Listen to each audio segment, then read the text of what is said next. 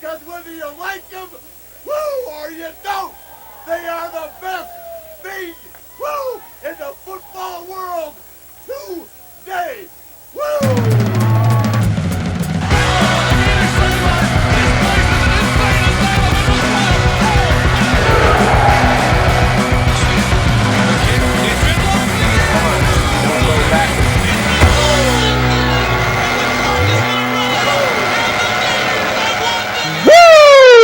Welcome back to Work 'em Silly. I'm Champ Brantley Jr., and I'm joined by my brothers, Mac Murphy and Doug Dickey. Boys, it's the best time of year. The boots are coming out. The bonfires are lit. The Gators are coming off a bye week. It's Halloween, and most importantly, it's Georgia Hate Week. Are you guys as fired up as I am? Well, I was mauled by a cougar, learned nothing about driving, and my Crystal Gale shirt's ruined. But other than that, I'm fine. That's about sums up how I feel going into this week. My level of excitement is just oozing out of my eyeballs. I cannot wait. Georgia fans, they lace their shoes up the same way I do.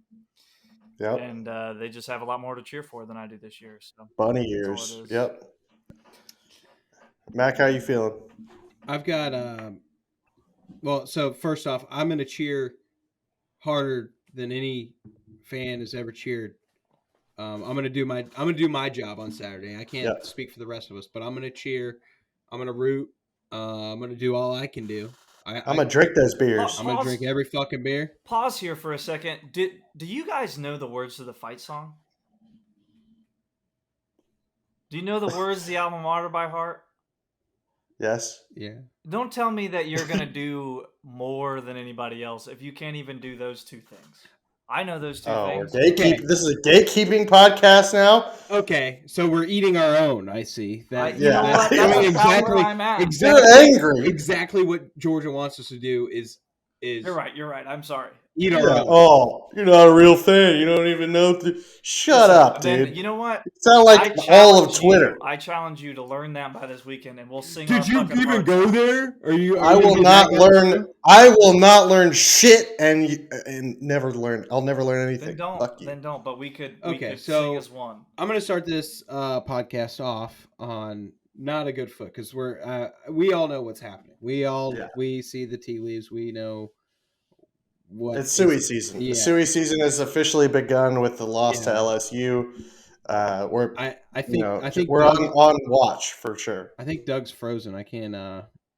He either that or he's very still right now. But I digress. I have a tidbit for you, and while it is fuck Georgia because it's Georgia Hate Week, fuck them. I just have a tidbit for you that. Dan Mullen, I know we're, still harping on Dan Mullen and his, how just pathetic he was. Yeah. We're really just going to blame everything on him until shit starts going right. He signed from 2018. I'm not counting transfers because those are patchwork. And I think only like maybe two of the grad transfers that play interior defensive line panned out. He signed 5 true D tackles and you're like, oh, he signed 5 in 2021? No. He signed 5 in total, 5 true defensive nose tackles, whatever you want to call them, or both of those positions. He signed 5 from 2018 to 2021. Yeah, but that's got to be good. How many did Nick Saban and Kirby Smart sign in that same period? They signed like 5 a year, dude. Easily, yeah. Yeah. At least. And they play like... They got 5 walk-ons a year. And we wonder why. And we're all like, man, Dexter sucks in the second half. He sucks. Why isn't Gervon playing like he should or like up to his...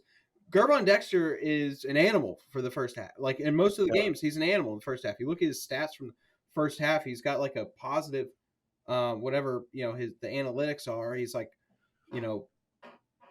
elite and elite level. And then the second half, he plays at not good at all How because many stats does he have, or how many snaps does he have? Sorry, He's he's averaging like like 50 a game. 50 or 60 a game. That's a Desmond lot. Watson is averaging 30 a game, or something crazy like that. Yeah. Now And part of he's it, a depth guy, or should part be a of depth it, guy, but he's our fucking second guy. I will put part of the blame on like a 5% of the blame on Billy Napier, because he said we were going to be very aggressive in the transfer portal, and that didn't happen. We got a few transfers, but we needed interior. Like everyone saw that. Okay, we have one, maybe two. We had two defensive linemen, interior defensive linemen with playing experience. I mean, that's why Tyreek Sapp is playing out of position, having to line up, put his hand in the dirt, and play D tackle instead of. Is he supposed to be a butt guy? No, he's a strong side defensive end, but he's sliding interior a little more to play some D tackle. And I'm impressed with McClellan. We've got they signed how many defensive D tackles did we sign last year? We got like 4 or 5 coming this cycle, don't we? Or I would say 2.5 because one might play like strong side defensive end. We've got two true D tackles committed, and we've got I think we're gonna get. This is just my gut. I think we're gonna get John Walker. He committed to UCF. I think we'll flip him. He is a true defensive tackle, 6'3", 310 pounds. There is who else is out there? There's a Caden McDonald. He commits next week. Might be able to get him. It's I think I've heard it's between us and Ohio State. There's two. There's James Smith out of. He's a 5-star out of Alabama. Him and Qua Rusaw are like a package deal. From IMG, I thought. No, they were at they're at Carver. They're in Alabama. So those guys are a package deal. They're leaning Alabama is what I've heard, but They had a good visit. I think they. yeah, I think we're right I there. saw something. I mean, those are the recruiting battles. Like, if you win that, you put people on notice that they're legit. Like they're really recruiting. We're not winning the we're winning the 5-star battles with our guys in state, but we're going into Alabama getting a 5-star. But I just I'm not going to pick that until it happens. It's kind of like the you gotta show it to me before I'll actually believe it. Sure. And that's usually how I am with any 5-star, except I'm pretty confident in Cormani McLean. Yep, he's committing on Thursday this week. A lot of you guys probably know already if he committed here or not.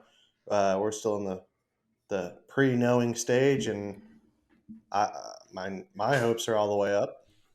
But I mean, I just can't believe that.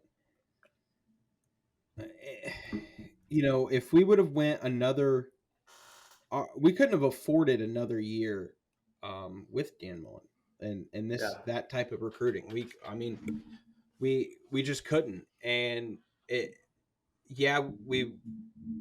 we would never get over the hump. We would, and our offense might be fun, and we might win 9 games, 8, 9, 10 games, but it's are you playing like serious, or are you just playing to be like Oklahoma State? Yeah, and I just can't believe that that mentality. And I'm just so fucking disappointed in Dan Mullen. That's the best way to put it. I think the coolest thing about it is that he got paid $12 million to go and tweet infographics out, being truthful that he screwed this program over. And he got up there and he said, I'm going to give relentless effort, and I'm going to beat your ass in everything I want. That's my goal. I will beat your ass. And then I feel like he stole that quote directly from Urban, but Urban truly meant it. Urban's a savage, but Mullen's not a savage. No, he's cousin Eddie. Cousin Eddie, but shitter's full. I appreciate Cousin Eddie more than I appreciate Dan Mullen. And then what pisses me off, they signed a fuck ton, and this Cousin was Eddie's got better taste in shoes. they signed. The problem we have at linebacker is they were so lazy at recruiting. They would go get these tweener guys that were not big enough to play true buck position. Oh, the And- buck. We recruited like 16 guys. That's what I'm getting at. Yeah. They signed 16 bucks and we're like, all right, we'll find half of these guys. They can figure out inside linebacker. They never defended the run ever in high school. They were just told to go be a freak athlete and go rush the passer. And that should obviously work out, right? No. Not working out because or let's go get this really fast guy that we don't know if he's going to play safety, or let's let him play safety for a year or two. Oh no, let's put him back at linebacker, or let's try him at nickel. Oh no, let's put him back at linebacker. Doing that shit like screams disorganization. Screams Bernie and disorganization. One Black fits that to a T. And we're like, just go get it doesn't hurt to have. I would love to have in that linebacker room 3 Ventrell Millers. I would be fucking ecstatic if that was the case. Yeah, are they a liability in the pass game a little bit? Probably. But, get a good pass rush, get good interior defensive linemen, and you don't have to rely on them covering for 8 seconds. Like, it's just fucking ridiculous, man. And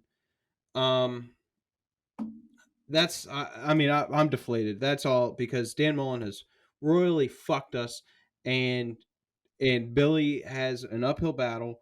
This matchup, we do not match up well at all against Georgia.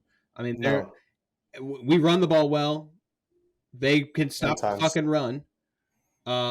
Their weakness might be their secondary, but we don't have a receiver that can get an inch of separation. They're often like we can't cover a tight end. They have arguably the best tight end in college football. Mm-hmm. We can't stop the run. 2 of the best tight ends. We can't stop the run, and they have the best line, one of the best offensive lines in the country, and we have no depth at defensive line. We might be fine in the first half. They might have 100 yards of rushing in the first half, but the second half is going to get real fucking ugly whenever the tank's empty on Gervon and Dez.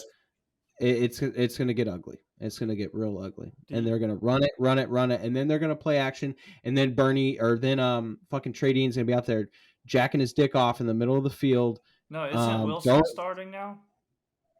I haven't seen anything. That's just rumor. He started one game, and then Dean was back the last 2 weeks. There was a bunch of I didn't even watch the LSU tape. I don't know if you guys have, but why? Why would I watch? Why would I subject myself to that? I left in the fourth quarter or the end of the third quarter, so I wouldn't have to be subjected to it any more than I already was. Yeah, you did. So it's a down year. It's just a down year. It's just a down year, and but I mean, we have Cormani coming up this week. Could really help us out. I mean, our secondary recruiting has been pretty fucking stout. I mean, Corey Raymond showed up and playing for keeps. We're crystal balled for Cormani. If we don't get him, then I mean, I'll get to find out what the bottom of the St. John's looks like on Saturday. Yeah, Mac, you said it best that if we lose Cormani and then we get our asses kicked by Georgia within 2 days of each other, then you may see a couple extra bodies hanging from the bridge, one of the bridges this weekend. But we're also in the running for Desmond Ricks out of IMG. He just moved his recruitment up, and he was the number 1 rated cornerback in the 2024 class. So now, I mean, depending on how you score it, he's 1 or 2 for the 2023 class. He's ranked number 2 behind Cormani. Yeah. So, I mean, it would be crazy if we got both, but I would be fine with just one of them. So hopefully we can lock down Cormani this week. Yeah, I think Rick's is going to be a hard one to get. I think he is slotted. Rumored, I've heard Alabama's leading, and it kind of when Alabama, it had been rumored for a long time that Rick's was going to reclassify. However, it's odd that it comes real soon after they know they're about to miss out on Cormani. Now they urge him, hey, why don't you officially reclassify now? Or you can look at it the other way. He was visiting for Florida LSU the week before, and on was that Sunday, or I mean the following Saturday, Sunday he announces He's moving up. he's moving up to the 2023 class. So there's both sides of that you can look at, but I've heard Florida is actually behind. It's Alabama and LSU, and then Florida. That's what it's looking like. So we'll see. There's I don't think he's in a rush. I think he might wait until he's not enrolling early, so he could wait till February and do that. Oh, he's not enrolling in the spring? No, Rick's is not. Then why is he moving his shit up then? Because he'll still enroll in the fall and be on campus or in summer of Oh, okay. like when regular. Oh, it's because he's 19, right? Or he's 18. He turned 18 in October, but so Okay. he would be, he's old enough, and yeah, so I don't him not enrolling in the spring is fine. I think he still has to finish some high school stuff and graduate in the spring, and then he'll enroll in the summer like 90% or 70% of all other recruits do. So that's kind of where we're at. Yeah. Need some help in the secondary for sure, though. And I think we got a lot of youth back there. I think we need more help in the pass rush. To be honest with you, I mean, I don't care if right. I don't care if you're all like. I think Jason Marshall's good enough. I think Devin Moore will be good enough. I think what's his name, Jadon Hill is good enough. I think Kamari Wilson will be good enough. The other safety position, I don't know. The nickel position, I don't know. But I think we just don't have a lot of guys. I think both complement each other. Like a great secondary will, won't allow a lot of separation, and then makes a good defensive or coverage sacks. Yeah, but 9 times out of 10, like coverage sacks are a thing. But the way the passing game has kind of evolved, you don't see coverage sacks a lot. You see 2 or 3 elite athletes on the defensive line make their win their one-on-one battles and get through, and they're there in 2.5 seconds. And if your second read isn't there, like if you're at first read not there, second read kind of not there, let me try to look for third, and then you're getting smacked in the face, or you're I gotta run, and you're trying to run around. We don't have that right now, and like these teams have 5 seconds to find somebody, and we don't even have enough guys to rotate. If you gave me guys 5 seconds back there, I bet you I could find someone wide open. Yeah. I mean, well, a coverage sacks, and then a rushed pass. It's the same kind of thing. Like you said, it's complementary. So, and doing that without bringing the house, like without bringing 6 guys, is what you need. It's to be important. elite. If you can get after the quarterback with 4 or 5 guys, and then when you come after them with 6 guys, they have no chance. And that's where you want your secondary to be elite. But I don't think we're at either. I'm not saying our secondary is elite. I just think our secondary is better than our defensive line. I would agree, even though our secondary looks like they're getting torched. But I agree. I think they're getting torched because there's no pressure being generated. It's both. There's no pressure being generated without bringing extra guys, and then you're really like, all right, and you're thin. Yeah, we're bringing. Then one guy, has to run a good route, and he's wide open. That's it. Right. Yeah, and our linebackers kind of stink too. I mean, we really don't have any position on the field except I'm trying to even think of one where we're pretty good at running back. We got pretty good running backs and Offensive AR. line. I think he's good. You guys think he stinks, but I think he's good. He just doesn't have any weapons or I a think play our caller. I think the offensive line's good. I'm impressed. Offensive line is pretty good, yeah, for the most part. But go look at our recruiting class right now, and you'll see of our. That this tells you all you need to know about kind of what Billy Napier thinks of the defense. Yeah. 1, 2, 3, 4, 5, Well, it's clear he's not. 6, He's not. I mean, 7, Tony's not 8, running these guys on 9, press 10. at all. They're playing zone probably 80% of the game, just because he has no trust in his corners. And the offense, I don't know. The offense looks pretty handicapped too, but I mean, it remains to be seen if Billy's got the chops as a play caller. But Well, I mean, it would be nice if maybe the guy executing the plays on the field had more completions than 56%. That would be cool. yeah, I agree. Okay, this is what I was saying. One thing that I did like about Mullen is that he could do more with less, and he did tailor the offense to his personnel. And this staff doesn't seem to be able to do that. But what Dan Mullen was doing was he was coaching from like that deficit of like playing with Mississippi State caliber guys trying to beat Alabama. But you're never going to win national championships with that level of talent, and that's what he was bringing in. So, you know, the true test of Billy is going to be, can he bring in great players and then win with them? So far, he is bringing in good players, but he can't win without them. So we'll see. We'll see. 13 of our 18 4-stars are on the defensive side of the ball, and our 8-4, and it will be 14 of 19 after Kermani commits this week. So I think that tells you all you need to know of where they think they are on the defensive side of Yeah. the ball. And I think our best recruiters are on defense too. Coach Chaos on the DL, and then Corey Raymond in the secondary.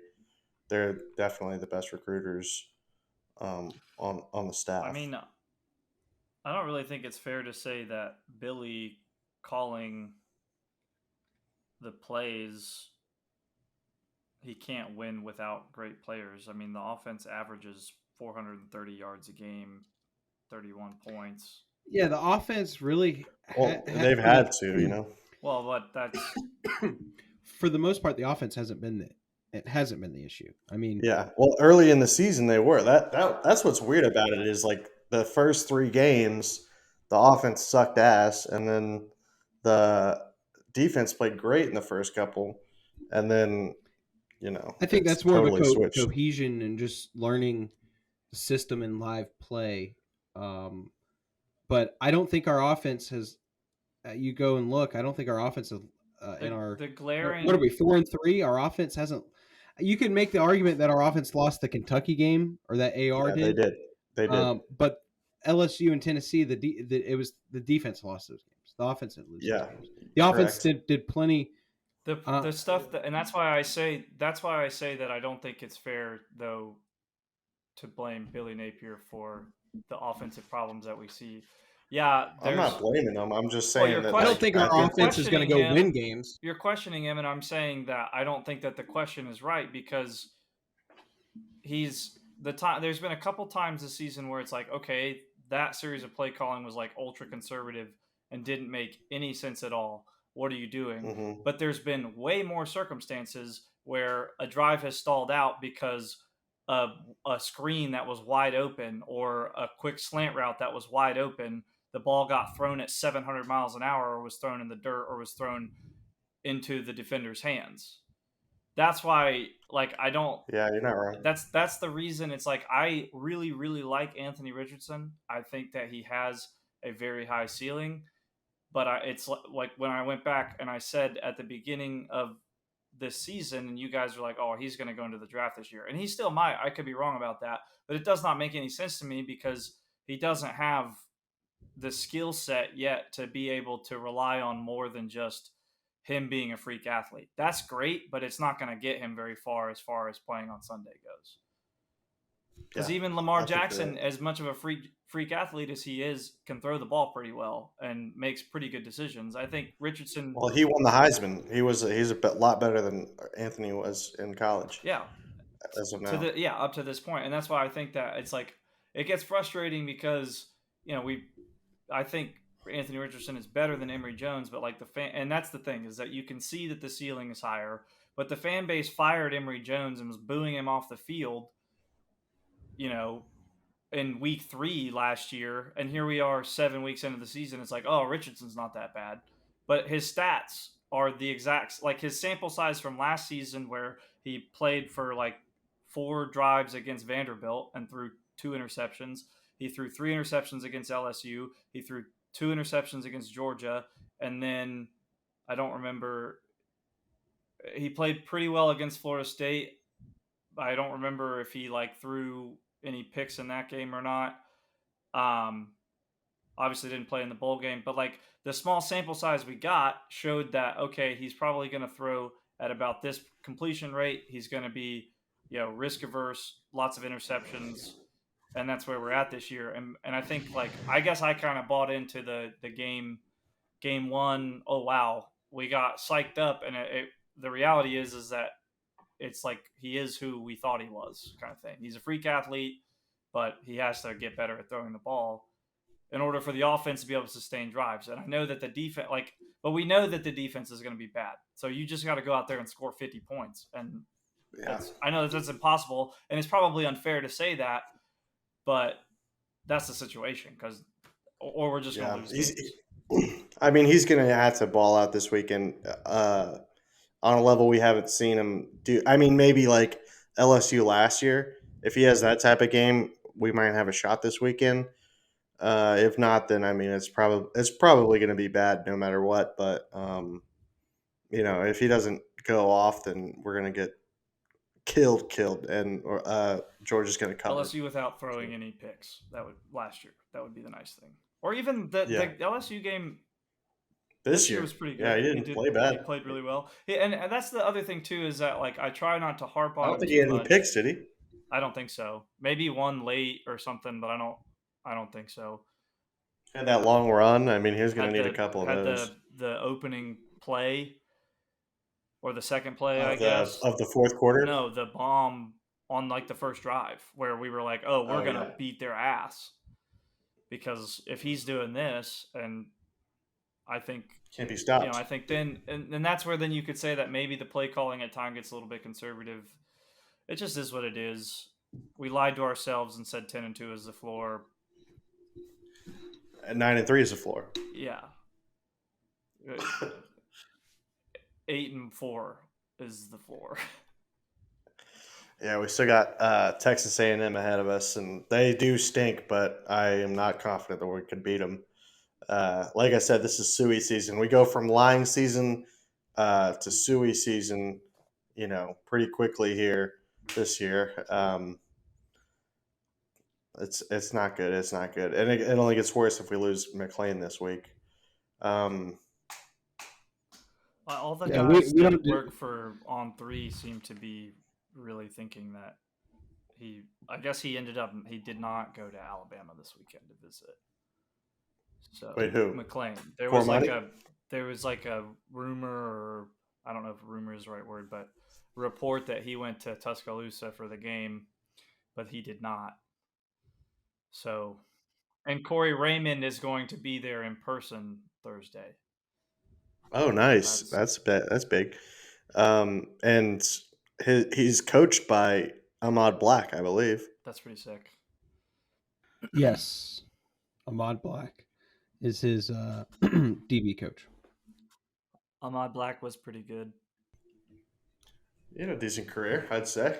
Him and Major right back there. If we get 2 guys like that, then we'll be looking pretty good. Regardless, I mean, we're probably going to get smoked this weekend, to be completely honest with you. but this is my favorite game of the year, no matter what. If we were 40-point dogs, I'd still be here. It's just going to be kind of like, I mean, I'm going to compensate the amount of points that we're dogs by how many beers I plan on drinking this weekend, and yeah, just going to totally say that it's the best party of the year. It's Halloween, so everybody gets dressed up. Used to be everybody goes to the landing, but now it's we're just gonna have a Halloween party this year. But Is that after the game or are we doing it Friday? I thought we were doing Friday. Friday, of course. No, Okay. after the game, I'll probably be a miserable motherfucker. I told you. You know what's gonna? I'll be you know what's gonna reporting s- from the bottom of the St. John's, most likely. You know what's Yeah. gonna? You know what's gonna slap after that game? Even in the depths of the St. John's, what would slap is like 2 large, just greasy ass pizzas. Just sound so fucking good. Well, last year we had a Tijuana Flats. Oh, that's right. I was. I don't know if it slapped or not.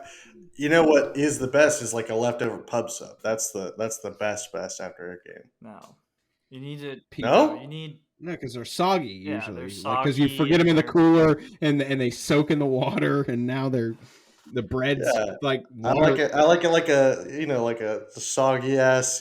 Champ is an what I absolute want. freak show. Yeah. Well, when I'm as drunk as soggy pub sub or a greasy pizza. I'm gonna take the soggy Are there any pub good? sub. We'll have to ask the Twitter followers if there's any good pizza joints in Jacksonville. I live in Jacksonville, and there is one. We can get a fire one. I know exactly where to go. Wood fired up pizza, not a sponsor. Blaze pizza. Blaze pizza, bro. I don't know what Blaze Pizza is, but I know after the game I'm going to be blazed eating pizza probably. No, we don't do drugs on this podcast. Not a drug guy. I am. He doesn't mean that FBI agent. Yeah. Oh, let's see. I am looking forward to here we've all kind of said it in a roundabout way. I'm looking forward to getting hammered Saturday. Of course. Mm-hmm. Then as the day progresses and as I walk through that stadium being like, we can fucking win, Yeah.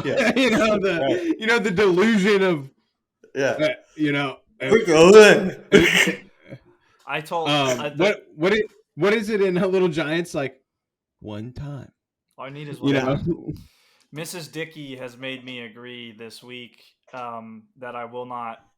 She claims that I sundown on Thursday nights. I think that's when they release the game trailer. And I've said this on the podcast, but the @Florida Gators football Twitter account and your media team, when you guys release those videos, I think you're releasing them for me specifically, not anybody else, because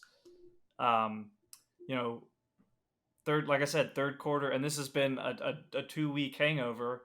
Third quarter of actually probably really the at halftime of the LSU game, I was pretty pissed. Was not a happy camper. I could vouch for that. They went. I think we went. We couldn't stop them, and then went 3 and out. And I immediately left the seat and was gonna leave. Got up, went up, and stood at my seats because I was in Max. Yeah, we were sitting with Max, and decided to go back up to my little crow's nest seats, and was just generally stewing and very angry and talking about how the team sucked and Anthony Richardson was just a big Emory Jones, maybe faster too. And then she told me though that I'm not allowed to sundown. I'm not allowed to hit that point on Thursday where I'm like, you know what? I'm fucking back. They tweet the video out, and that's what we live for, though. No way we're gonna lose. So you're talking about you can't wait until you walk through the stadium and you're drunk on Saturday. I know I'm gonna wake up Friday morning and be like, "Oh, we got a shot." I think we got a shot right now. I'm totally delusional, dude. I mean, it's just football. They're just a team. And Mizzou played them close. We beat Mizzou. We beat Mizzou by more than Georgia did. So transitive property. Ipso facto, I'm your boss. We're gonna win. We got a shot in this game, and we always got a shot in Jacksonville every time. They also start a quarterback named Stetson Bennett. I know, and we got a good quarterback. But despite what you say, we have a good quarterback. He's good. Stetson Bennett can throw 45 touchdowns and 2 interceptions and 4,000 yards in a season, and I will still say he He sucks. sucks. He stinks. He's a total fan quarterback too. I mean, if they get a good quarterback up there, we're in deep shit. But they don't have one right now, and we do. I don't care what his stats say. I don't care what logic says. I don't care what you say. AR is good. It hurts, man. All right. All right. Let's, Should we wrap this up? yeah. Let's do final score predictions. Who wants to go first? I'll go first. All right. There we go. All right. So it may be true, yes, we do stink. And it may be true, yes, that Georgia is good. And it may even be true that they're a terrible matchup for us. And it may be true that they will kick our ass. But I'll be damned if on my show I'm going to pick the fucking goddamn dogs over the fucking Gators. I think that we always have a shot in this game, no matter what. It's always close. Not always, but, we always have a shot in it. And I think especially we have a shot this weekend. I think if we keep it ugly and if we get Psycho Bill in there again and he's calling fourth, or he doesn't punt the ball, he just goes for it every time on fourth down. And if AR shows up, and I don't see why he wouldn't be getting the whole green light to go off and run as much as he can. If we get bright side AR, then I think we can squeak this one out. I think that final score, Gators 28, goddamn dogs 24. That's the pick. Gators win, barely. Not by much. Mac, who do you got? God damn it. Let's tell me good shit. Let's go. And if you pick the fucking dogs, you're entitled to your pick, but you're stupid. If you pick the dogs and the fucking Gators win,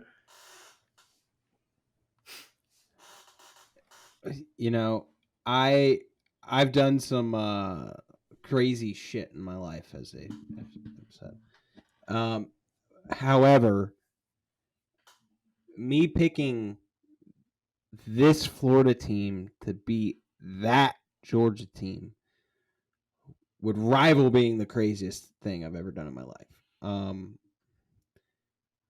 And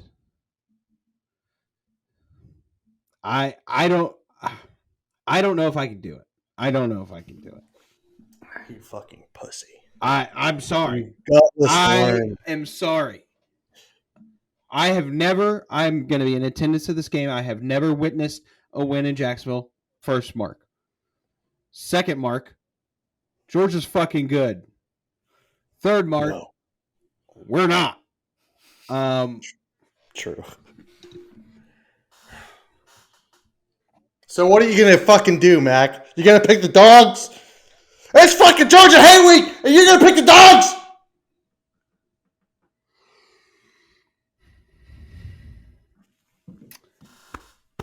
Georgia 30. Gators 31. Let's go! Fuck yeah! That's what I like to hear. You crazy motherfucker. You crazy motherfucker. Doug,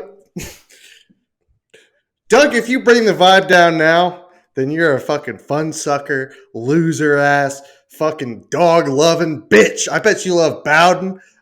Bet you love Rick. Yes. I bet you love Jimbo. And I bet you love fucking Kirby Smart. Yeah, you son fucker.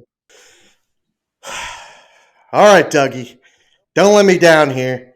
If you pick the fucking dogs over the goddamn Gators on this show, then quite frankly, I'm gonna buy you a new vanity plate. It's gonna say dog lover or dog sucker, or nibbling on dog balls, something like that. So go ahead. Tell me how AR is going to throw for 100 yards and throw 8 picks and run for -6 and go ahead. Tell me how they're going to 35% completion percentage. We're going to give up 750 yards, to Brock Bowers alone. The rest of the team's going to have 5,000. So go ahead. Tell me how that's going to go. It's true. I sold my gym to you last night, Dwight. And it's true that every man has his price. But it's also true that money won is a lot sweeter than money earned.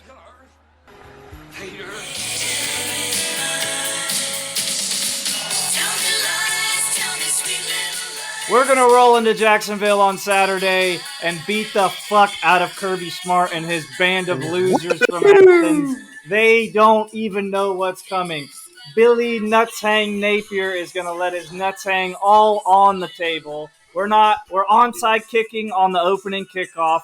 We're onside kicking every time we score. We're kicking field goals that are 70 yards long if it's too long to convert a 4th and long. That's what we're doing this weekend. Gators 31, Dogs 28. They miss the field goal to send it to overtime. Yeah, they suck at kicking. Hell yeah, boys. Let's go. I'm so excited for this weekend. I can't wait to see you guys all in TIAA. The bank. The bank. That wraps it up. I hope you all make it to the Gator Bowl this weekend to witness an upset unlike any we've seen before in Jacksonville. For Mac Murphy and Doug Dickey, I'm Champ Brantley, and this is Work'em Silly. Woo! Let's go.